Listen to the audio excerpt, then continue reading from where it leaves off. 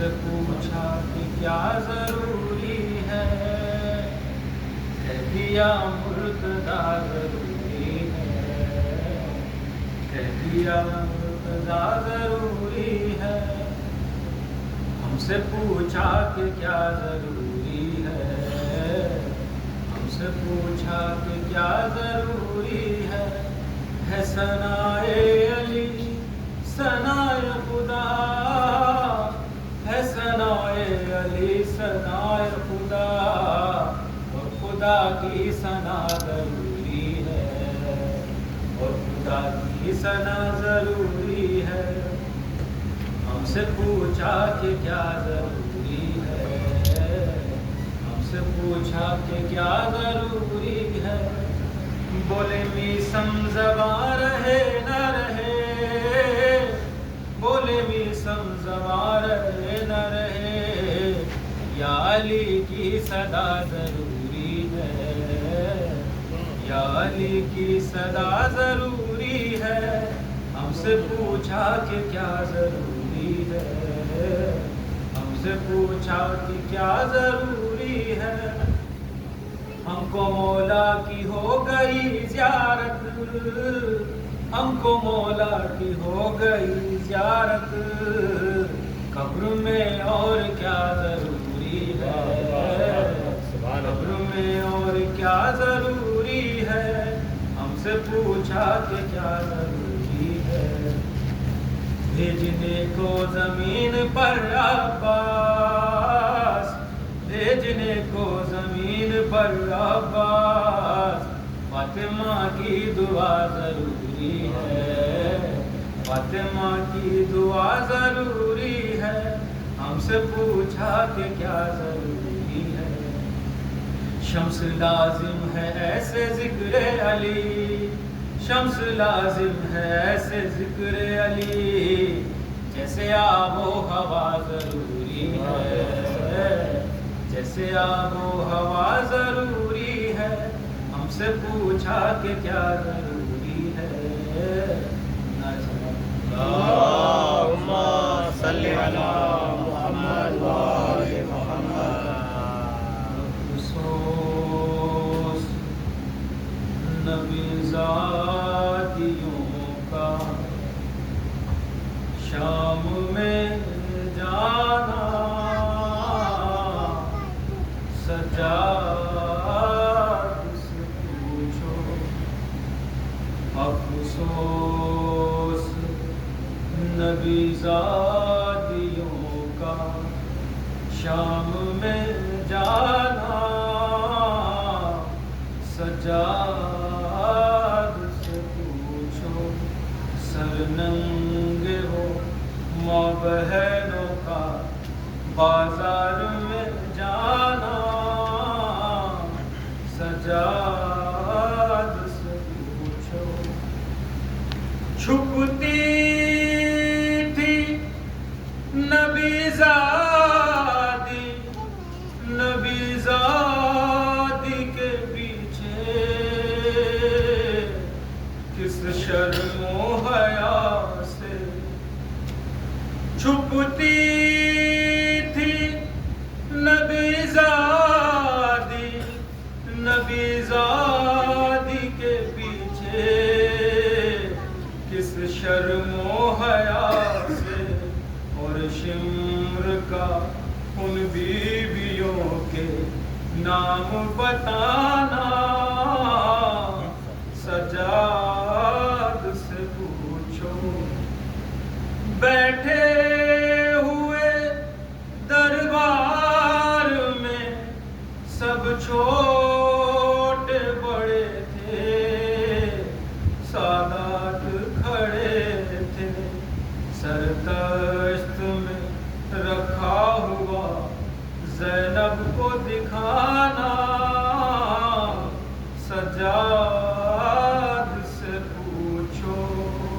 افسوس نبی زادیوں کا، جب دختر شبیر نے زندہ میں قضا کی،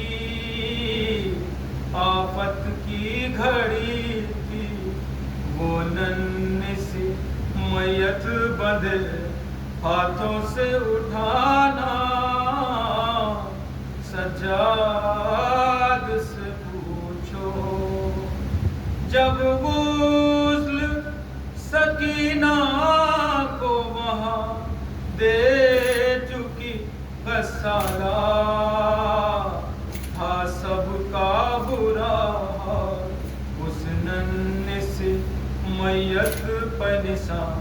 رسی کے پانا، سجاد سے پوچھو۔ اللہم صلی علی محمد وآل محمد۔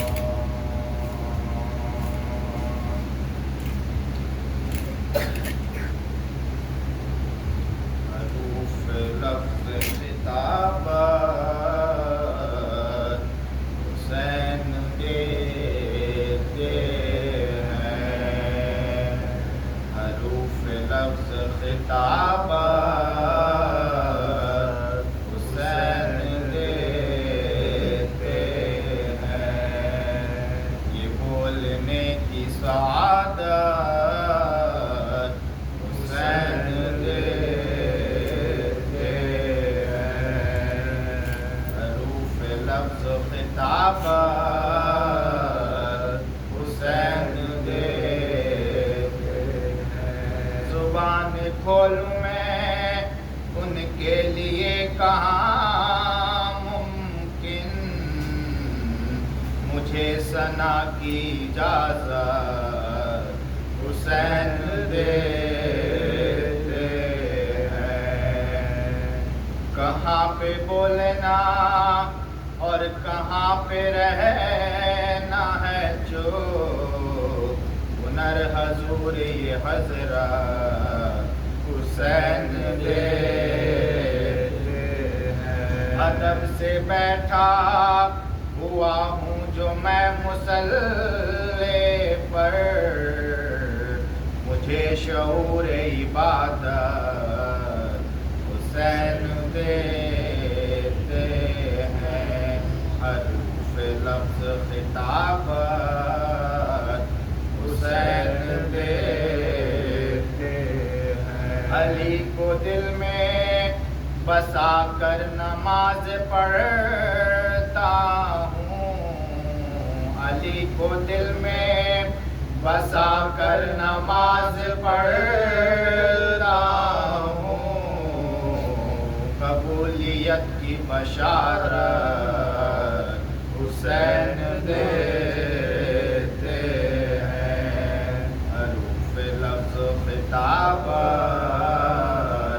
حسین دیتے ہیں، کوئی غریب بھی کرتا ہے جب کبھی مجلس، کوئی غریب بھی کرتا ہے جب کبھی مجلس، تو پھر نیازوں میں برکت حسین دیتے ہیں، وہ کیسے بھوکا رہے گا حسین کا ذاکر، وہ کیسے بھوکا رہے گا حسین کا ذاکر، جب اس کو مدح کی اجرت حسین دیتے ہیں، حروف لفظ خطابت حسین دیتے ہیں، یہ اور بات کے بیٹھے ہیں خاک پر لیکن، یہ اور بات کے بیٹھے ہیں خاک پر لیکن، بڑے بڑوں کو حکومت حسین دیتے ہیں، حروف لفظ خطابت حسین دیتے ہیں سناتا رہتا ہوں بچوں کو ذکر ہے در کا سناتا رہتا ہوں بچوں کو ذکر ہے در کا طبیعتوں میں شجاعت حسین دیتے ہیں ہر ایک لکھ نہیں سکتا حسین کی تعریف ہر ایک لکھ نہیں سکتا حسین کی تعریف خیال کو بھی اجازت حسین دیتے ہیں حروف لفظ خطابت حسین دیتے ہیں کہا یہ حر نے نکل کر ستم کے خیمے سے کہا یہ حر نے نکل کر ستم کے خیمے سے قسم رسول کی عزت حسین دیتے ہیں اور کرے نہ ان سے سر حشر کوئی حر شکوا کرے نہ ان سے سر حشر کوئی حر شکوا تو ایک رات کی مہلت حسین دیتے ہیں حروف لفظ خطابت حسین دیتے اور جسے بھی جانا ہے وہ چھوڑ کر چلا جائے جسے بھی جانا ہے وہ چھوڑ کر چلا جائے دیے بجھا کے اجازت حسین دیتے ہیں اور جس مقام پہ رونا بھی تھا بہت مشکل وہاں پہ ہنس کے شہادت حسین دیتے ہیں اور سناتا رہتا ہوں بچوں کا ذکر ہے در کا سناتا رہتا ہوں بچوں کو ذکر ہے در کا طبیعتوں میں شجاعت حسین دیتے ہیں میں ایک چھوٹا سا ذاکر ہوں اے شرر نقوی مجھے بھی لفظوں کی دولت حسین دیتے ہیں حروف لفظ خطابت حسین دیتے ہیں اللهم صل على محمد وآل محمد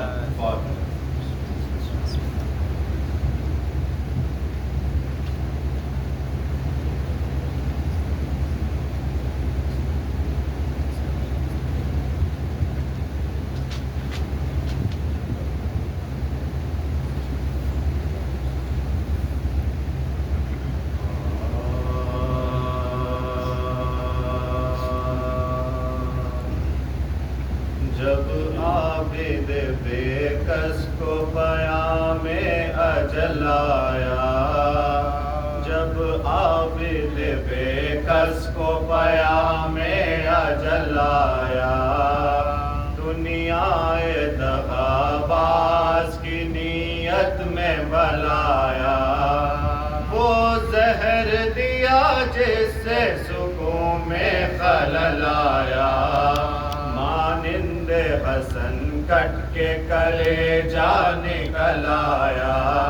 مانند حسن کٹ کے کلیجا نکل آیا ظالم نے مریض شہ دلگیر کو مارا کی طرح دلبر شبیر کو مارا، شبر کی طرح دلبر شبیر کو مارا، اولاد پیمبر پہ مصیبت کا یہ دن ہے، پیاسے کے عزادار کی رحلت کا یہ دن ہے، مظلوم کی دلبر کی شہادت کا یہ دن ہے، عاشور کے بعد اور مصیبت کا یہ دن ہے، اس غم سے جگر چاک ہے زہرا نبی کا، اٹھتا ہے عزادار حسین ابن علی کا، اٹھتا ہے عزادار حسین ابن علی کا، وہ زہر سے دم عابد بے کس کا اکھڑنا، سجاد دل افگار کا باکر سے بچھڑنا، بگڑے ہوئے تقدیر غریبوں کی بگڑنا، اجڑا ہوا گھر فاطمہ زہرا کا اجڑنا، پیرا ہوا دربار ولی ابن ولی کا، بجھتا ہے چراغ آج حسین ابن علی کا، بجھتا ہے چراغ آج حسین ابن علی کا، آئی شب رحلت غم تازہ کی نشانی، کچھ ہوش میں آیا شہ دلگیر کا جانی، باقر سے کہا لاؤ وضو کے لیے پانی، پانی کو جو دیکھا تو ہوئے اشک فشانی، پانی کو جو دیکھا تو ہوئے اشک فشانی، رو کر کہا نشتر ہے یہ غم قلب و جگر کو، 2 دن یہی پانی نہ ملا میرے بدر کو، 2 دن یہی پانی نہ ملا میرے بدر کو، صدقے ہوئے شانے میرے امو کے اسی پر، جھولے میں اسی کے لیے تڑپے علی اصغر، پھر آپ نے باقر سے کہا پاس بلا کر، اس رات کو ہم تم سے جدا ہوتے ہیں دلبر، اس رات کو ہم تم سے جدا ہوتے ہیں دلبر، دین نبوی احمد ذی جاہ کو سونپا، گھر بار تمہیں اور تمہیں اللہ کو سونپا، گھر بار تمہیں اور تمہیں اللہ کو سونپا، سن لو یہ وصیت میری اے آنکھوں کے تارے، ناقے کو میرے پیار سے رکھنا میرے پیارے، 22 حجوں میں یہ رہا ساتھ ہمارے، اس کو نہ کبھی بھول کے قمچی کوئی مارے، اس کو نہ کبھی بھول کے قمچی کوئی مارے، افسوس کے حیوانوں پہ جس کے یہ کرم تھے، اس پہ کرے اخلاق پہ دروں کے ستم تھے، اس پہ کرے اخلاق پہ دروں کے ستم تھے، القصہ وضو کر کے مصلی پہ جب آئے،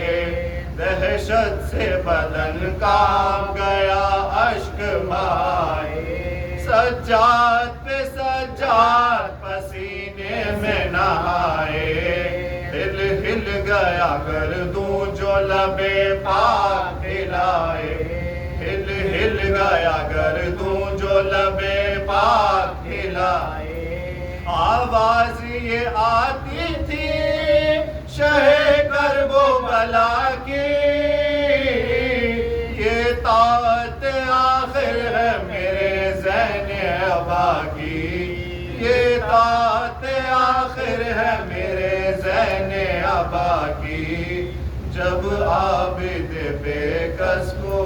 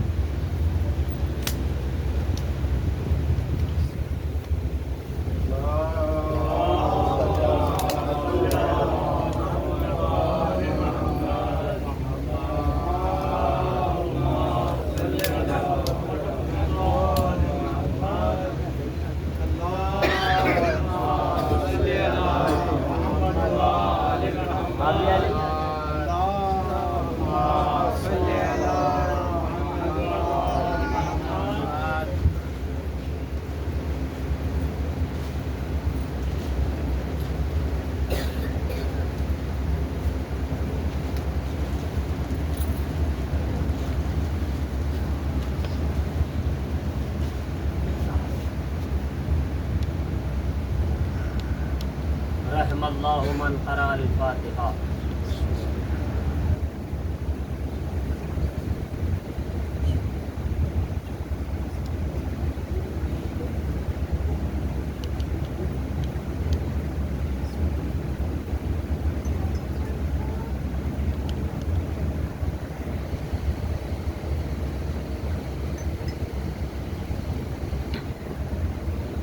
صلوات بر محمد و آل محمد.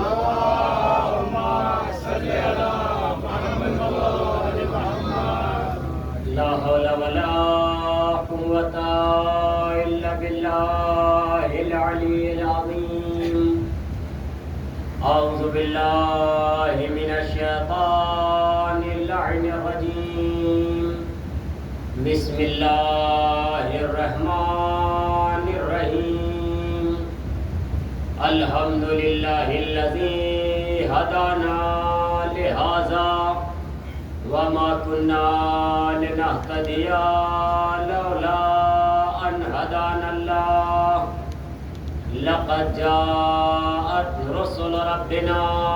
بالحق والصلاة والسلام والتحية والإكرام على مولانا ومولى الكونين جد الحسن والحسين وحبيب طبيب قلوب نفوسنا أبي القاسم محمد. اللهم صل على محمد وآل محمد. ولعنة الله على أعدائهم أجمعين من الآن إلى يوم قيام يوم الدين. أما بعد فقد قال الله سبحانه وتعالى في كتابه الأعلى. بسم الله الرحمن الرحيم. فسبح بحمدك وكن من الساجدين. صلوات اللهم صل على محمد وآل محمد. مومنین حضرات، جیسا کہ آپ تمام حضرات کے علم میں ہے،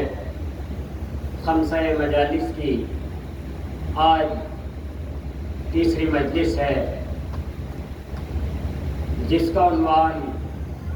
ہمارے اور آپ کے چوتھے امام حضرت امام زین العابدین علیہ الصلوۃ والسلام ہے. اللهم صل على محمد وآل محمد. پروردگار عالم اپنی عظیم بابرکت اور متبرک کتاب قرآن کریم میں ارشاد فرما رہا ہے فسبح بحمد، کہ پروردگار عالم کی تسبیح و تحلیل کیجئے، اس کی حمد و ثنا کیجئے اور ساجدین کے ساتھ ہو جائیے. سجدہ کرنے والوں کے ساتھ ہونے کا حکم قرآن کریم میں دیا جا رہا ہے تمام تر انسانوں کو. اب عزیزان گرامی، سجدہ کرنے والوں میں جو ہمیں بے مثال شخصیات ملی، وہ نبی اور آل نبی سے بہتر کوئی انسان اس کائنات میں ایسا نظر نہیں آیا جس نے ان سے بہتر سجدے کیے ہوں۔ اگرچہ آپ سے پہلے یعنی نبی و آل نبی سے پہلے لوگوں کی عمریں بہت طویل ہوئیں، بہت لمبی لمبی عمریں ہوئیں، مگر ایسا کوئی سجدہ گزار نہیں ملا جیسے کہ نبی و آل نبی میں سجدہ گزار، سجدہ کرنے والے اور نمازیں ادا کرنے والے نظر آئے۔ عزیزوں، گفتگو حضرت امام چہارم پر ہے اور تاریخ کا بیان ہے کہ جب ہمارے مولا نے اس دنیائے فانی میں قدم رکھا تو الگ ہی مرحلہ تھا۔ آپ جب اس دنیا میں تشریف لائے تو میں نے کل بھی عرض کیا، آنے کے بعد سجدہ الہی انجام دیا اور عمر بھر اتنے سجدے کیے کہ ساری کائنات سید الساجدین کہنے لگی اور آپ نے زین العابدین کا لقب پا لیا۔ عزیزان گرامی، اب آپ اس بات کو توجہ کریں اور ملاحظہ فرمائیں کہ ائمہ کے پاس پروردگار عالم نے انہیں امامت روز اول سے عطا کر دی تھی اور دے دی تھی، لیکن عزیزان گرامی جب ظاہری امامت ان امام کے پاس آ رہی ہے تو مرحلہ کیسا ہے، منظر کیا ہے، وقت کیسا ہے؟ کیونکہ عزیزوں، عمل کی اہمیت حالات کے اعتبار سے ہوتی ہے۔ جیسے حالات ہوں ان حالات میں عمل کیا جائے تو عمل کی اہمیت اسی کے اعتبار سے بڑھ بھی جاتی ہے اور کم بھی ہو جاتی ہے۔ آپ دیکھیں کہ انسان اپنے گھر میں نمازیں پڑھ رہا ہے، اچھی بات ہے، لیکن ایک مرتبہ بارش ہو رہی ہے اور ایسے عالم میں مسجد میں جا کر کے نماز پڑھنا اور زیادہ ثواب کا باعث بن جاتا ہے، کیونکہ حالات خراب تھے۔ اب خراب حالات میں انسان مسجد میں آیا، پروردگار عالم جیسے نارمل اور جسے کہا جائے عادی حالات میں انسان مسجد میں آتا تو وہ ثواب اس کو الگ ملتا۔ اب بارش کے عالم میں ہے یا بندشیں لگی ہوئی ہیں، اس عالم میں انسان مسجد میں آ کر کے نماز ادا کر رہا ہے، اس نماز کا ثواب پروردگار اور زیادہ عطا کرے گا۔ اب جب امام چہارم کے پاس امامت ظاہری آئی تو مرحلہ کیسا ہے؟ دین اسلام جسے کہا جائے ایک طریقے سے ظالموں نے ختم کرنے کی پوری کوشش کر لی تھی اور اپنے تئیں یہ سوچ بھی لیا تھا کہ دین کو ختم کر دیا گیا، دین کو مٹا دیا گیا، اب دین کا نام لینے والا کوئی نہیں ہوگا۔ اپنی جانب ظالموں نے دین اسلام کے پرچم کو سرنگو کرنے کی مکمل کوشش کر لی تھی اور ظاہری طور پر وہ اپنی جانب کامیاب ہوتے بھی نظر آئے تھے، لیکن پروردگار عالم نے کہا کہ ہم کامیاب نہیں ہونے دیں گے، ہم دین اسلام کے پرچم کو سرنگو نہیں ہونے دیں گے، جھکنے نہیں دیں گے۔ ایسے عالم میں جب امام چہارم کے پاس پرچم اسلام آیا تب آپ نے ایسے عالم میں پرچم اسلام کو بلند کیا اور سارے انسان آ کر کے مسجدوں میں نمازیں پڑھتے ہیں، گھروں میں نمازیں پڑھتے ہیں، یہ بڑا آسان ہے، لیکن پشت ناقہ پہ سجدے کر لینا یہ کوئی آسان کام نہیں ہے۔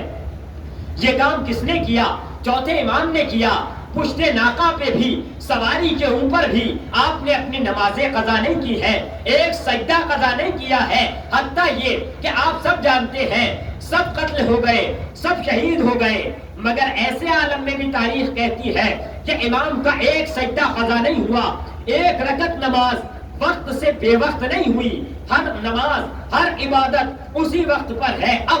عزیزان گرامی یہ تمام مرحلہ گزر رہا ہے، یہ مرحلہ گزرتا چلا گیا۔ کربلا کے بعد آپ کوفے آئے، شام آئے، وہ تمام مصائب کے مراحل آپ حضرات کے اذان عالیہ کے حوالے ہیں، لیکن اس کے بعد اب امام علیہ السلام دوبارہ جب نانا کے مدینے پہنچے ہیں، اب یہاں سے عزیزان گرامی سننے کا مرحلہ ہے اور غور کرنے کا مرحلہ ہے کہ جب امام چہارم دوبارہ مدینے پہنچے، غور فرمائیے گا، دوبارہ مدینے آپ جب پہنچنے کے بعد اب مرحلہ یہ آتا ہے کہ آپ کے چچا بھی موجود ہیں، جناب محمد حنفیہ جو امیر کائنات کے بیٹے ہیں, آپ کے چچا ہیں, یعنی چوتھے امام کے چچا اور امام حسین کے بھائی ہیں. اب عزیزان گرامی, اگرچہ یہ مرحلہ الگ ہے کہ دونوں ایک والدہ سے نہیں ہیں, وہ الگ ماں سے ہیں, محمد حنفیہ, امام حسین الگ والدہ سے ہیں. بہرحال اب عزیزوں, جب یہ امام چاروں دوبارہ مدینے پہنچے, اب آپ کے چچا محمد حنفیہ نے امام کے سامنے یہ بات رکھی, کیونکہ بہرحال وہ معصوم نہیں تھے, انہیں اللہ نے وہ علم عطا نہیں کیا تھا جو امام سجاد کو عطا کیا تھا. یہ امام ہے, وہ عوام ہے, اگرچہ عوام ہمارے جیسے نہیں ہے, وہ بیٹے ہیں امیر کائنات کے, پڑھے لکھے ہیں, مگر ان تمام تر چیزوں کے باوجود جب چوتھے امام وہاں پہنچے, وہاں پہنچنے کے بعد محمد حنفیہ نے چوتھے امام سے یہ کہا کہ اے بھتیجے, ابھی تم جوان ہو, اور دوسری بات یہ ہے کہ تمہارے بابا نے کوئی وصیت یا کوئی نصیحت بھی نہیں کی ہے, یا اپنا جانشین تمہیں معین نہیں کیا ہے. اب میرے بھتیجے ایسا کیا جائے کہ اب میری اطاعت تم کر لو اور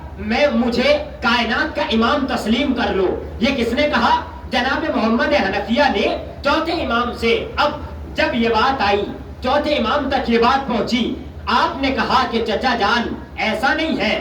میرے بابا نے مجھے اپنا جانشین منتخب کیا اور ساری وصیتیں میرے حوالے کی. جب میرے بابا رخصت آخر کے لیے آئے تھے تب بھی امور امامت میرے حوالے کر کے گئے تھے. کہا اچھا,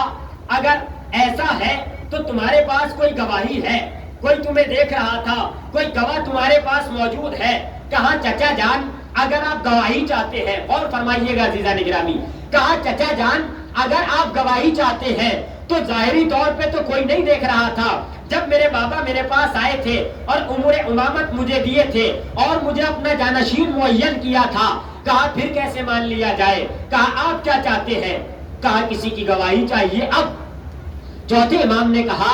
کہ اگر کوئی انسان بولے گا تو شاید یہ کہہ دیا جائے گا, اور ممکن ہے یہ کہہ دیا جاتا اگر کسی انسان کو گواہ بنائے کہ ہو سکتا ہے پہلے گفتگو کر لی ہو, پہلے آپس میں بات کر لی ہو,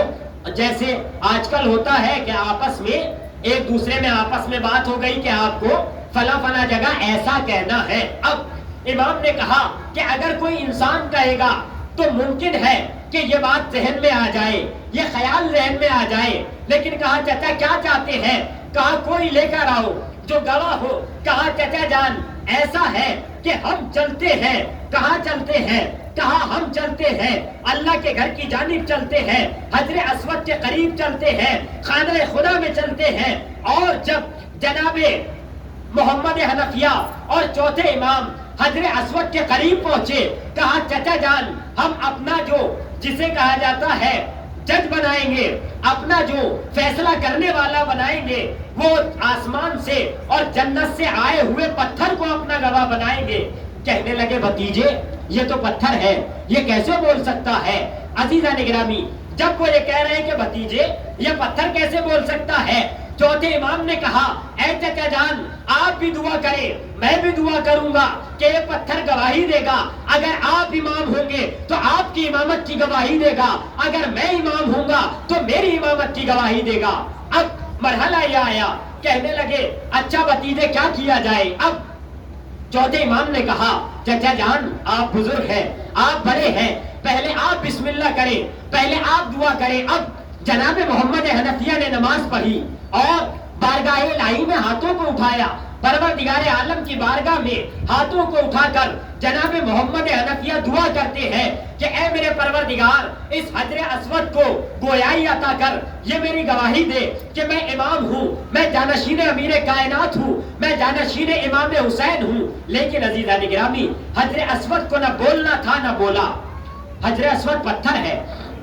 خاموش رہا, کچھ بولتا نہیں ہے. لیکن اب جب کہا کہ بھتیجے میں نے تو دعا کر لی, اب یہ بتاؤ کہ تم دعا کرو. اب جیسے ہی عزیزو تاریخ کہتی ہے سب نے لکھا, امام نے چوتھے امام نے نماز پڑھی, جیسے ہی نماز پڑھی بارگاہ الہی میں ہاتھوں کو اٹھایا, ہاتھوں کو اٹھا کر کے دعا کی, اے پروردگار عالم میں تجھے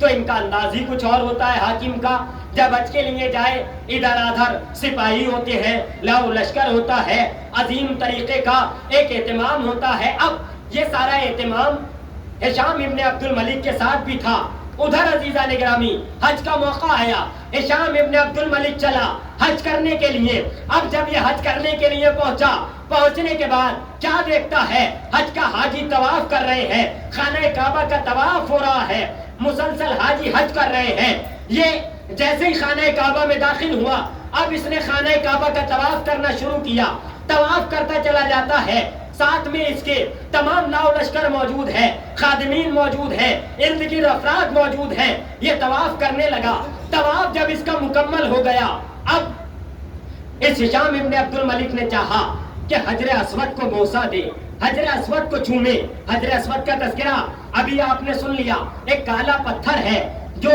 جنت سے آسمان سے لایا گیا ہے. اب عزیزان گرامی حجر اسود کا بوسہ دینا چاہتا ہے کہ میں حجر اسود کا بوسہ دے لوں, لیکن مجمع اتنا ہے, بھیڑ اتنی ہے, حاجی اتنے ہیں, لوگ اتنے ہیں کہ یہ حجر اسود کا بوسہ نہیں دے پا رہا. چاہتا ہے کہ میں حجر اسود کو چوموں, لیکن حجر اسود کا بوسہ نہیں دے پا رہا. آخر میں جب اس نے دیکھا کہ مجھے موقع نہیں مل رہا ہے, اپنے لوگوں سے کہا کہ ایک کرسی لگائی جائے. کرسی لگا دی گئی. ہشام ابن عبد الملک اپنی کرسی پر براجمان ہو گیا اور بیٹھ گیا. وہاں پر بیٹھنے کے بعد اب راستہ دیکھ رہا ہے کہ کب لوگ ہٹے, مجھے موقع ملے, میں حجر اسود کو چوموں. مگر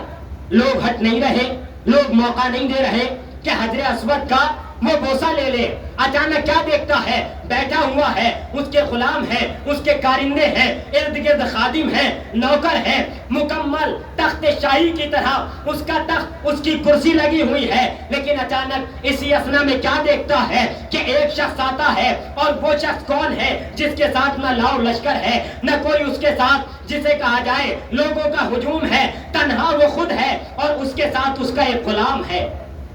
اب ایسے مرحلے میں وہ دیکھتا ہے کہ جیسے ہی میرے چوتھے امام خانہ کعبہ میں داخل ہوتے ہیں, لوگوں نے کی نظر پڑی, امام کے اوپر نظر پڑی. جیسے ہی امام کے اوپر نظر پڑی, فوراً عزیزان گرامی لوگوں نے راستہ دینا شروع کر دیا. لوگ خود بخود ہٹنے لگے. سارے کے سارے لوگ امام کی جانب دیکھ کر, امام کے چہرے کو دیکھ کر خاموش ہو گئے. کوئی آواز نہیں آ رہی, ہر طرف سناٹا, حتیٰ یہ کہ دل سے اٹھنے والی دھڑکن کی آواز بھی ٹھہر سی گئی تھی. اب سب خاموشی کا عالم ہے, سب امام کے چہرے کی طرف دیکھ رہے ہیں. امام آگے بڑھے, خانہ کعبہ کا طواف کیا. خانہ کعبہ کے بعد ایک مرتبہ جیسے ہی حجر اسود کی طرف جانا چاہا, سارے لوگوں نے راستہ دیا, لوگوں نے راستہ دیا, امام کو راستہ ملا. اب امام نے حجر اسود کا بوسہ دیا. حجر اسود کا بوسہ امام کا دینا تھا. بس عزیزان گرامی اب یہ انسان جو ہشام ابن عبد الملک ہے, یہ بڑی غور سے دیکھ رہا تھا کہ یہ کیا مرحلہ ہو رہا ہے. میں بادشاہ وقت ہوں. لوگوں نے بھی کہنا شروع کر دیا کہ بادشاہ سلامت, لوگوں نے آپ کو جگہ تو دی نہیں, یہ کون ہے جسے جگہ دے دی. اب ہشام ابن عبد الملک نے تجاہل عارفانہ کیا, یعنی جانتے ہوئے انجان بنا.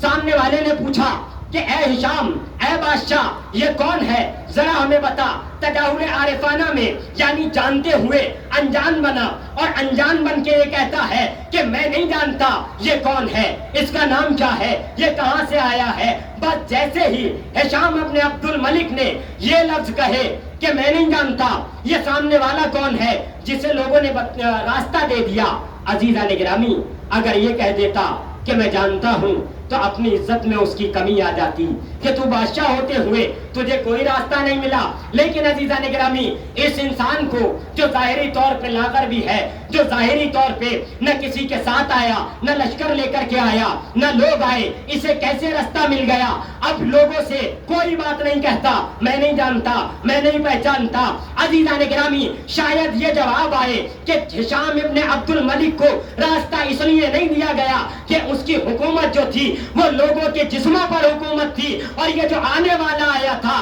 یہ لوگوں کے دلوں پہ حکومت کرتا تھا, یہ لوگوں کے دلوں پہ حکومت کرتا تھا. اب جس کے دلوں پہ حکومت ہوتی ہے وہ انسان کے دل کے اندر بسا ہوتا ہے, اسے راستہ مل جاتا ہے. اب جیسے ہی یہ راستہ ملا، راستہ ملنا تھا، اور اس نے جیسے یہ کہا کہ میں نہیں پہچانتا، وہاں پر امام سے ایک محبت رکھنے والا ظاہری طور پر،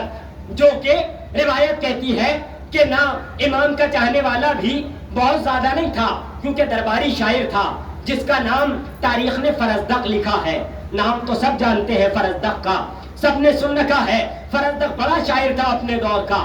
اور جیسے ہی ہشام ابن عبد الملک سے یہ سنا کہ میں نہیں جانتا، فوراً فرزدق کو یہ بات ناگوار گزری، اور ناگوار گزرنے کے بعد فرزدق کہتا ہے اچھا تم نہیں پہچانتے، میں جانتا ہوں کہ یہ آنے والا کون ہے، آنے والا کون ہے، میں تمہیں بتاتا ہوں. اب فرزدق نے بتانا شروع کیا، اور بتایا بھی تو کس انداز میں بتایا. بہت بڑا شاعر تھا فرزدق، اور اس نے اسی مقام پہ جسے کہا جائے کہ فی البدی اشعار کہنا، ہاتھوں ہاتھ، ہینڈ ٹو ہینڈ اشعار کہنا امام کی شان میں شروع کر دیا، اور کہا اے ہشام ابن عبد الملک، اگر تو یہ کہتا ہے کہ میں نہیں جانتا تو میں بتاتا ہوں یہ کون ہے، یہ کس کا بیٹا ہے، یہ کس کا نواسا ہے، یہ کس کا پوتا ہے، اس کے دادا کون ہے، اس کے چاچا کون ہے، اس کے امو کون ہے، اس کی ماں کون ہے، اس کے والدین کون ہے، میں تجھے بتاتا ہوں. اب ہشام ابن عبد الملک نے امام کی شان میں جو اشعار کہے، فی البدی اشعار کہے. کتنے اشعار کہے؟ عربی زبان میں ہشام ابن عبد الملک نے وہیں کھڑے کھڑے امام کی شان میں 38 اشعار کہے، 38 شعر عربی زبان میں کہے ہشام ابن عبد الملک نے، جو سارے کے سارے میں آپ حضرات کے لیے تحریر کر کے لایا ہوں کہ سارے کے سارے 38 شعر جو اس نے کہے ہیں فرزدق نے امام کی شان میں، وہ سارے کے سارے یہاں تحریر ہے. اب عزیزان گرامی، اگر 38 شعر سنانے لگوں اور اس کا ترجمہ کرنے لگوں اور اس کی تشریح کرنے لگوں تو شاید یہ 5-7 مجلسیں انہی اشعار میں گزر جائیں گی. میں منتخب اشعار جو ہشام ابن عبد الملک کے سامنے فرزدق نے کہے ہیں امام کی شان میں، جب جیسے ہی اس نے یہ کہا کہ میں نہیں پہچانتا یہ کون ہے، میں نہیں جانتا یہ کون ہے، آپ نے سماعت کیا کہ جب ہشام ابن عبد الملک کے سامنے امام آئے تھے، امام کے ساتھ لاؤ لشکر نہیں تھا، امام کے ساتھ کوئی نہیں تھا، بس ایک غلام تھا. لیکن مرحلہ یہ ہے کہ جب امام داخل ہوئے تھے تو مرحلہ یہ تھا کہ سر پہ رسول کا امامہ موجود تھا، دوش پہ امیر کائنات کی رضا موجود تھی، بغل میں ذوالفقار امیر کائنات حمائل تھی، اور عزیزان گرامی جبرائیل سر پہ سایہ کیے ہوئے تھے، آسمان سر پہ سایہ کیے ہوئے تھا، امیر کائنات کا جانشین آ رہا تھا، حسین کا فرزند آ رہا تھا، کائنات کا مولا آ رہا تھا، وقت کا امام آ رہا تھا، سب کے دلوں پہ سناٹا تھا. ایسے عالم میں ہشام ابن عبد الملک کے سامنے فرزدق کو جوش آیا، اور جوش میں آنے کے بعد وہ جملہ کہتا ہے اور پہلا شعر کہتا ہے کہ یا سائلی، اے سائل، اے سوال کرنے والے، اے نا حل الجود والکرم، اگر تو یہ پوچھتا ہے کہ یہ کون ہے تو اتنا سمجھ لے کہ ساری کی ساری سخاوتیں، ساری کی ساری کرم جن کے دروازے سے شروع ہوتی ہے یہ وہی امام ہے جو کائنات کا مولا ہے، کائنات کا آقا ہے، کائنات کا سردار ہے. انی بیان اذا طلابہ قدموا، میں بتاؤں گا تجھے، میرے پاس بیان ہے، شرط یہ ہے کہ اگر چاہنے والے آئیں مجھ سے پوچھیں تو میں بتاؤں گا کہ یہ کون ہے. اب ہشام ابن عبد الملک کے سامنے یہ بتاتا جاتا ہے، یہ کہتا ہے ھذا الذی احمد المختار والدہ، کہ یہ آنے والا وہ ہے کہ جس کے دادا امیر کائنات ہے، جس کے نانا پیغمبر اکرم حضرت محمد مصطفیٰ صلی اللہ علیہ وسلم.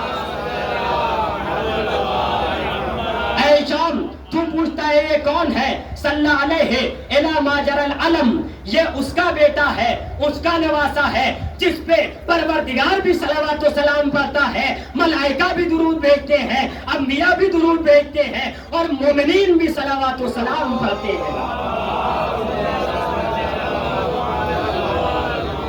پھر کہا ھذا الذی امہ الطیار جعفر والمقبول حمزہ لیس حبہ قسم، کہ تو پہچانتا نہیں ہے یہ کون ہے. میں بتاتا ہوں یہ وہ ہے کہ جس کے امو، جس کے چچا جعفر طیار ہے، جنہیں پروردگار عالم نے جنت میں 2 پر عطا کیے ہیں، جو جنت میں اپنے ان 2 پروں سے پرواز کیا کرتے ہیں، اور یہ اس کا بھتیجا ہے جو مقتول ہیں جناب حمزہ یہ انہی کے چچا ہیں، اب تو پہچانتا نہیں ہے، یہ کہتا گیا، فرزدق اشعار پڑھتا گیا۔ اب جب فرزدق نے یہ بات کہی کہ یہ امام آئے تھے، سناٹا کیوں چھا گیا تھا لوگوں میں، ایک جسے کہا جائے سکتہ ساتاری کیوں ہو گیا تھا؟ فرزدق نے وجہ بتائی۔ فرزدق کہتا ہے یوزی حیاءً و یوزا من محابتہ فما یکلمو الا حین یبتسم، کہ اے ہشام ابن عبد الملک تو یہ پوچھتا ہے کہ لوگوں پہ خوف کیوں طاری ہو گیا تھا؟ یہ خوف اس لیے طاری ہو گیا تھا کہ جب یہ آنے والا آیا تھا تو اس کی ہیبت و جلال وہ تھی، اس کا روب و دبدبہ وہ تھا کہ ہر انسان اس کے چہرے کی طرف دیکھتا تھا تو جلال حیدر کرار نظر آنے لگتا تھا۔ یہ وہ ہے کہ اس سے گفتگو ممکن نہیں ہے، اگر اس سے گفتگو کرنا چاہتے ہو تو اس کے لبوں پہ جب تبسم ہوتا ہے اس وقت اس سے بات کرنا ممکن ہوتی ہے۔ یہ فرزدق مولا کے قصیدے پڑھتا چلا جاتا ہے اور آخر میں مولا کی سخاوت بیان کرتا ہے کہ میں بتاؤں کہ یہ کتنے سخی ہیں۔ مولا کے بارے میں کہتا ہے کلتا یدہ غیاث اما نعمہا، وہ کہتا ہے کہ ان کے دونوں ہاتھ وہ ہاتھ ہے کہ جب یہ بانٹنے لگتے ہیں تو یہ نہیں دیکھتے کہ اپنا کون ہے پرایا کون ہے، جو آتا چلا جاتا ہے دیتے چلے جاتے ہیں، ان کے دینے میں کوئی کمی نہیں ہوتی۔ پھر کسی نے امام سے سوال کر لیا کہ اے مولا یہ تو بتائیں کہ آپ کے دادا زیادہ سخی تھے یا حاتم طائی زیادہ سخی تھا؟ تو کسی نے جواب دیا مولا کے علاوہ کہ حاتم طائی بڑا سخی تھا۔ واقعہ آپ نے سن رکھا ہے یقیناً کہ حاتم طائی بڑا سخی تھا۔ کہا کیسے سخی تھا؟ کہا صلوات پڑھیں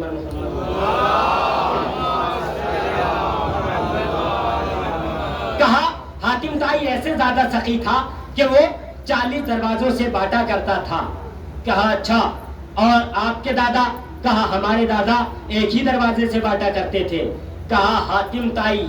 یقیناً 40 دروازوں سے بانٹا کرتا تھا، لیکن وہ فقیر کو اور فقیر بناتا تھا۔ وہ پہلے دروازے سے صرف اتنا دیتا تھا کہ اسے دوسرے پہ جانے کی ضرورت پڑ جائے، وہ دوسرے سے اتنا دیتا تھا کہ اسے تیسرے پہ جانے کی ضرورت پڑ جائے۔ یعنی حاتم طائی وہ تھا جو 40 دروازوں سے تو دیتا تھا لیکن ایک ہی دروازے سے اتنا کیوں نہیں دے دیتا تھا کہ دوسرے دروازے پہ جانے کی ضرورت ہی نہ پڑے۔ کہا حاتم طائی میں اور ہمارے جد میں فرق یہی ہے کہ وہ 40 سے دیتا تھا مگر ہمارے دادا ایک ہی دروازے سے اتنا دے دیا کرتے تھے کہ انسان فقیر نہیں بنتا تھا بلکہ ابو ذر بن کے چلا جاتا تھا۔ صلوات پر محمد والے محمد۔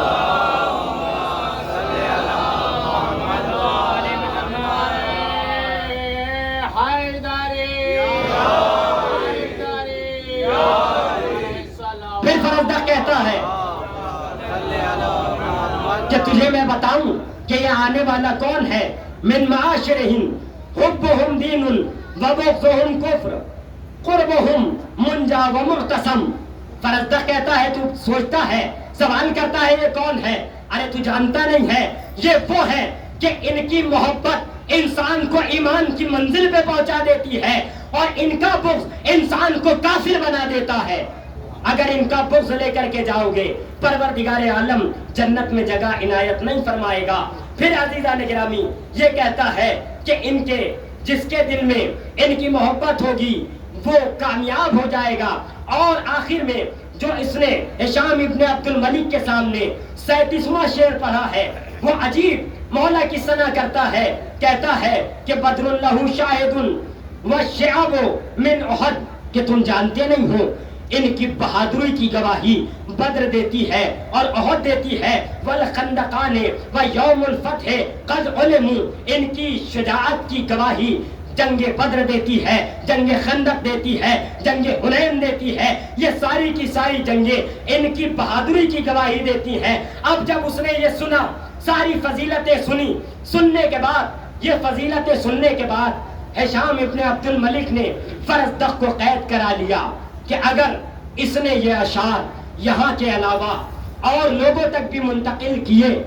تو اب ہمارا کیا ہوگا؟ ہماری تو کہیں دال گلنے والی نہیں ہوگی۔ اب عزیزان گرامی لیکن تاریخ نے محفوظ کیا اور تاریخ نے اس دور سے لے کر کے اتنا محفوظ کیا اس کو کہ آج ہم اور آپ تک یہ اشعار پہنچ گئے۔ مسئلہ یہ ہے کہ فرزدق کو، جو کہ مولا کا ظاہری طور پہ چاہنے والا تھا لیکن درباری شاعر تھا، کوئی اہل بیت کا شیعہ نہیں تھا بلکہ ایک درباری شاعر تھا، مگر حقیقت شناس تھا، تھوڑا جانتا تھا کہ حقیقت کیا ہے۔ اب ہشام ابن عبد الملک نے اس کو زندان میں ڈال دیا۔ اب جب زندان میں ڈال دیا، زندان میں ڈالنے کے بعد جب جیل میں ڈال دیا، کچھ دن بعد ہشام ابن عبد الملک نے فرزدق کو اپنے پاس بلوایا، بس آخری جملہ، اور بلوانے کے بعد یہ کہتا ہے کہ اے فرزدق، اب تو تمہیں زندان میں رہتے ہوئے ایک مدت ہو گئی، اب تو تھوڑی بہت تمہارے عقل آ ہی گئی ہوگی کہ اس کی نہیں اس کی مدح کرنی چاہیے، اس کی نہیں میری تعریف کرنی چاہیے۔ لیکن فرزدق نے کہا کہ تم کہتے ہو تمہاری تعریف کرنی چاہیے، کہا ہاں، آزادی ایک شرط پہ ملے گی۔ کہا کس شرط پہ ملے گی؟ کہا آزادی اس شرط پہ ملے گی کہ تم میری شان میں بھی ایسا قصیدہ لکھو جیسا تم نے وہاں امام کے لیے کہا تھا۔ بس فرزدق کا ایک جملہ سارے قصیدے پہ بھاری ہے، اور وہ جملہ آپ کے حوالے کر کے بات تمام کر رہا ہوں۔ فرزدق نے بھی کہا میری بھی ایک شرط ہے، اگر وہ شرط پوری کر دے تو میں تیری شان میں بہترین قصیدہ لکھوں گا۔ اب یہ حاکم تھا، یہ بادشاہ تھا، بادشاہوں والی بات ذہن میں آ گئی کہ یہ قیدی ہے، یہ آزادی مانگے گا، یہ زندان میں ہے، یہ گھر جانا چاہے گا، یہ غریب ہو چکا ہے، یہ مال مانگے گا، یہ متال مانگے گا، یہ دولت مانگے گا۔ لیکن فرزدق نے بھی ایسی شرط لگا دی کہ اب یہ جھک کے کھڑا ہو گیا اور کچھ نہیں کہہ پا رہا ہے۔ جیسے اس نے کہا کہ میری شان میں بھی قصیدہ کہو تب آزادی ملے گی، فرزدق نے بھی کہا میری بھی شرط ہے، اگر تو نے وہ شرط پوری کر دی میں تیری شان میں یہ کیا ہے اس سے بہتر قصیدہ کہہ دوں گا۔ کہا شرط بتا۔ فرزدق کے جملے پر ہماری جانیں قربان، ہماری جانیں نثار۔ فرزدق نے کہا ہاتھ جد کا مثلا جد ہوں، ہاتھ ابا کا مثلا ابا ہوں، ہاتھ ام کا مثلا ام ہوں، ہاتھ ام کا مثلا ام ہوں۔ اے ہشام ابن عبد الملک، اگر تیرے اندر دم ہے میری شرط یہ ہے کہ اس کے جیسا نانا اپنا نانا لے کر آ، اس کے جیسا دادا اپنا دادا لے کر آ، اس کے جیسی دادی اپنی دادی لے کر آ، اس کے جیسی ماں اپنی ماں لے کر آ، اس کے بابا جیسا اپنا بابا لے کر آ، پہلے یہ سب لے کر آ جا، پھر تیری شان میں یہ کیا اس سے بہتر قصیدہ لکھا جائے گا۔ صلوات پر محمد و علیہ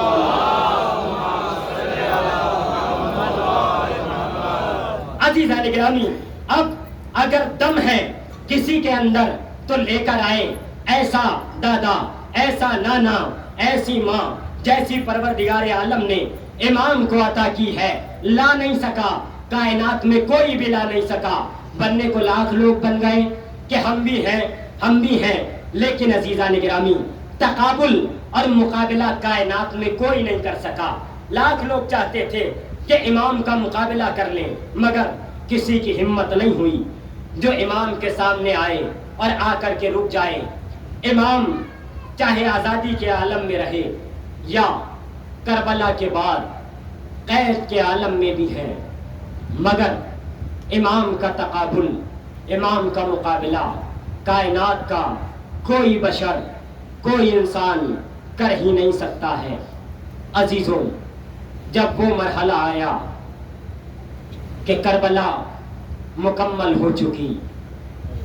10 محرم کے بعد جب ہمارے امام کو قید کر لیا گیا، طوق پہنا دیا گیا، ہتکڑیاں بیڑیاں پہنا دی گئیں، اور ایسا عالم تھا کہ جب ظالم غریب امام کو کربلا سے لے کر کے چلے ہیں کوفے کی جانب اور کوفے سے شام کی جانب، ابھی امام راستے میں ہے کہ ایک شامی نے سوال کر لیا کہ آپ کون ہیں، اور وہ کہتا ہے کہ پروردگار کا معاذاللہ شکر ہے کہ اس نے آپ کو اس عالم میں کیا اور یزید کو فتح نصیب ہوئی۔ جیسے ہی اس نے یہ کہا، فوراً مولا نے سر کو جھکا کے ایک جملہ کہا کہ یہ بتا دے کیا تو نے قرآن کریم پڑھا ہے؟ کہنے لگا تمہارا قرآن سے کیا واسطہ ہے، تمہارا قرآن سے کیا تعلق ہے؟ بس عزادارو حسین کے اس غریب بیٹے نے ایک مرتبہ کہا قرآن سے ہمارا بڑا گہرا تعلق ہے، قرآن ہمارے بغیر نہیں رہ سکتا، ہم قرآن کے بغیر نہیں رہ سکتے۔ کہا اچھا اگر تعلق ہے قرآن سے تو بتاؤ کیا کہنا چاہتے ہو؟ ایک مرتبہ مولا کہتے ہیں کیا تو نے قرآن میں کہیں یہ آیت پڑھی ہے اللہ سلوکم علیہ اجرن الا المودۃ فی القربى؟ کہتا ہے ہاں ہاں میں نے یہ آیت پڑھی ہے۔ کہا وہ قربا جو ہے رسول کے وہ ہم ہی ہیں، رسول کے قرابت دار۔ ایک مرتبہ کہنے لگا اللہ اکبر، ان قربا پہ یہ ستم ہو رہا ہے، یہ ظلم ہو رہا ہے۔ کہا تو نے قرآن پڑھا؟ کہا ہاں قرآن پڑھا۔ کہا قرآن میں لکھا ہے وَأْتِ ذَا الْقُرْبَى حَقًّا کہ رسول کے قرابت داروں کو ان کا حق دے دو۔ ارے دیکھ نہیں رہا ہمیں کیا حق دیا جا رہا ہے؟ ہماری ماں بہنوں کو اسیر کر لیا گیا، ہمارے بھائیوں کے سر نو کے نیزہ پہ ہے، ہمارے بابا کا سر نو کے نیزہ پہ ہے۔ پھر ایک مرتبہ امام فرماتے ہیں کیا تو نے قرآن پڑھا؟ کہتا ہے ہاں میں نے قرآن پڑھا ہے۔ امام کہتے ہیں قرآن میں انما یرید اللہ کی آیت ہے، اللہ نے ہمیں ہی پاک و پاکیزہ رکھا، یہ انسان سر کو پیٹ لیتا ہے۔ پھر امام آگے بڑھتے جاتے ہیں عزادارو امام سجاد کا ایک جملہ رونے کے لیے کافی ہے۔ مولا فرماتے ہیں کہ ہمیں 3 دن تک شام کے دروازے پہ کھڑا رکھا گیا، ہم ایسے کھڑے ہوئے تھے جیسے غلاموں کو کھڑا رکھا جاتا ہے، ہمیں بیٹھنے کی اجازت نہیں تھی۔ ایک ایک آتا تھا مولا سے سوال کرتا تھا اللہ اکبر۔ ایک شخص آیا ابھی مولا سواری پر ہے اور سواری پہ سوال کرتا ہے جناب سکینہ کی جانب دیکھ کر کہ اے سجاد، اے شخص، اے جوان، اس بچی کو کنیزی میں دے دو۔ اللہ اللہ جیسے کنیزی میں مانگا گیا، امام نے اپنا سر و سینہ پیٹا کہ یہ میرے آقا، میرے بابا حسین کی بیٹی، میری بہن ننھی سکینہ، ارے اسے کنیزی میں نہ مانگو۔ اللہ اکبر۔ عزاداران مظلوم کربلا جب امام سے پوچھا مولا آپ پہ سب سے زیادہ مصائب کہاں ہوئے؟ مولا نے ایک مرتبہ ایک ہی لفظ کو 3 مرتبہ دہرایا، بس کہتے جاتے تھے الشام الشام الشام وسيحلف ترعوا أيام القلبين ينقلبون إنا لله وإنا إليه راجعون ماتم حسین۔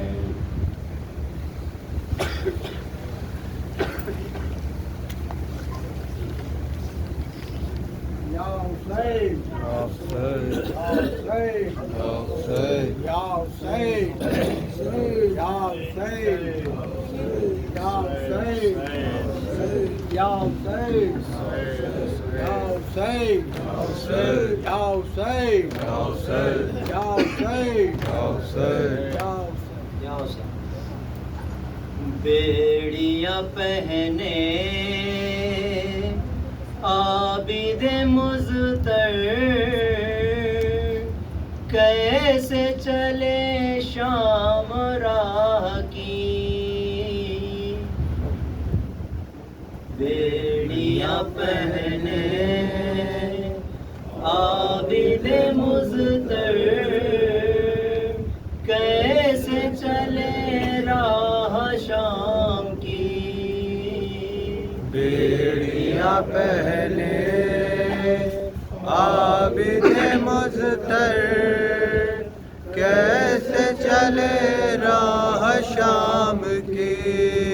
بیڑیاں پہنے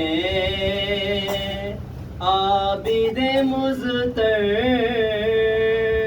کیسے چلے راہ شام کی،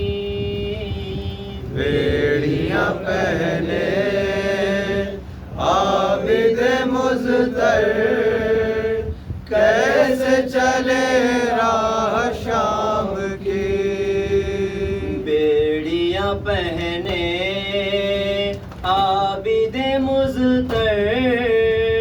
کیسے چلے راہ شام کی بیڑیاں پہنے عابد مضطر کیسے چلے راہ شام کی شوق ہے وزنی اٹھتا نہیں سر کیسے چلے راہ شام کی بیڑیاں پہنے عابد مضطر کیسے چلے راہ شام کی بیڑیاں پہنے عابد مضطر کیسے چلے راہ شام کی بیڑیاں پہنے عابد مضطر کیسے چلے راہ شام کی نوک کے سینہ پر بابا کا سر ہے شام کا بازار پیش نظر ہے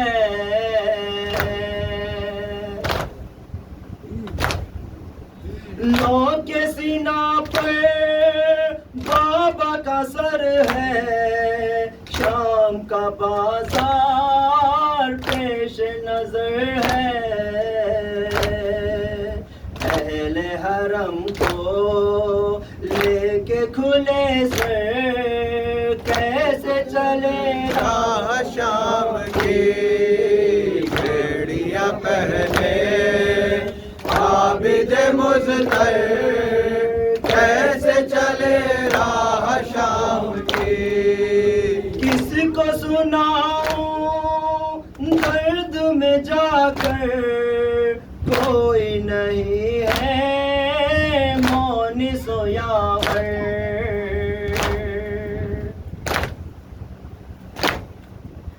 کس کو سناؤں درد میں جا کر کوئی نہیں ہے مونس و یاور جاگ یتیمی لے کے جگر پر کیسے چلے راہ شام کی بیڑیاں پہنے عابد مضطر کیسے چلے راہ شام کی کتنی مصیبت کی یہ گھڑی ہے بابا کی رن میں لاش پڑی ہے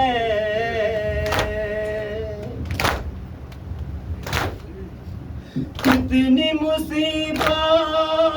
کی یہ گھڑی ہے بابا کی رن میں لاش پڑی ہے چھوڑ کے ان کو جلتی زمین پر کیسے چلے راہ شام کی بیڑیاں پہنے عابد مضطر کیسے چلے راہ شام کی بہر مدد اب کس کو بلائے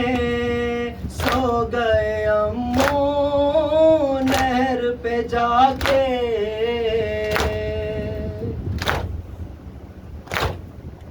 بہر مدد اب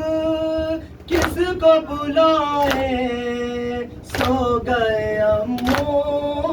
نہر پہ جا کے حد ہے ستم کی آل نبی پر کیسے چلے راہ شام کی بیڑیاں پہنے عابد مضطر کیسے چلے راہ شام کی بال سکینہ میں بکا ہے پیاس کی شدت حد سے سوا ہے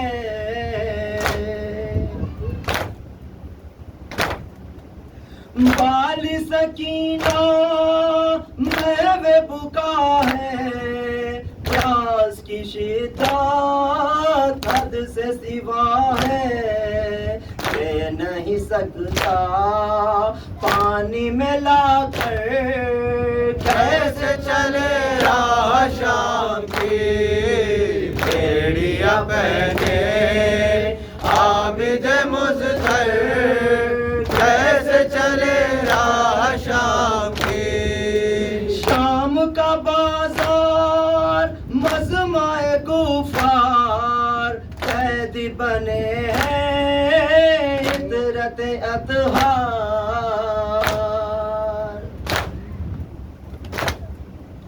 شام کا بازار مجمع کفار، قیدی بنے ہیں عطرت حیدر،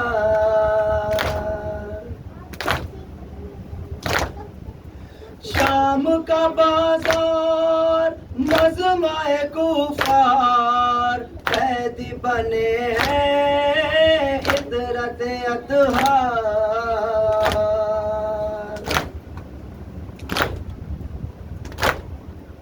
شام کا بازار مجمع کفار، قیدی بنے ہیں عطرت اطہار، سوچ کے دل پر چلتا ہے خنجر، کیسے چلے راہ شام کی عابد بنے عابد مظفر، کیسے چلے راہ شام کی، آئی ہے ہم پر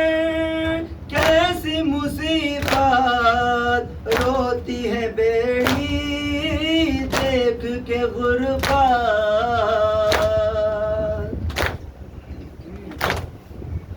آئی ہے ہم پر کیسی مصیبت، روتی ہے بیڑی دیکھ کے غربت، پاؤں میں چھالے جسم ہے لا کر، کیسے چلے راہ شام کی بیڑیاں بہنے عابد مظفر، کیسے چلے راہ شام کی، روک قلم کو سعدی کو کیسر، نوح گناہ ہے دختر حیدر،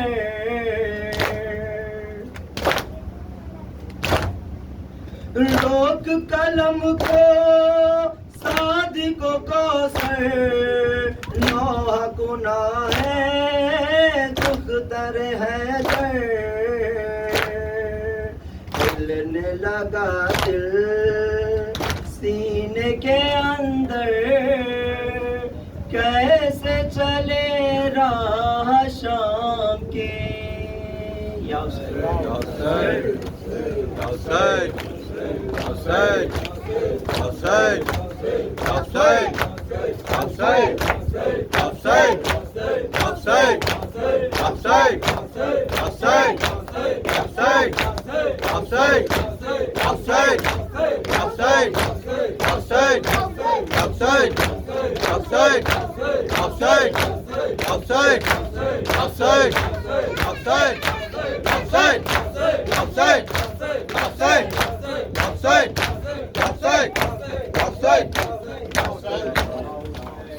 السلام علیکم یا ابا عبداللہ، السلام علیکم یا ابن رسول اللہ، السلام علیکم ورحمۃ اللہ وبرکاتہ، السلام علیکم یا غریب الغرباء، السلام علیکم یا معین الضعفاء والفقراء، السلام علیکم یا شمس الشموس، السلام علیکم یا انیس النفوس، السلام علیکم یا سلطان العرب والعجم،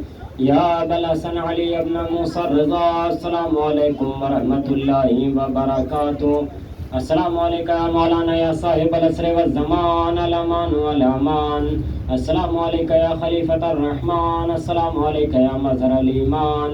یا امام الانس والجان، اجل اللہ تعالی فرجک وسال اللہ تعالی مخرجک وظہورک، السلام علیکم ورحمۃ اللہ وبرکاتہ۔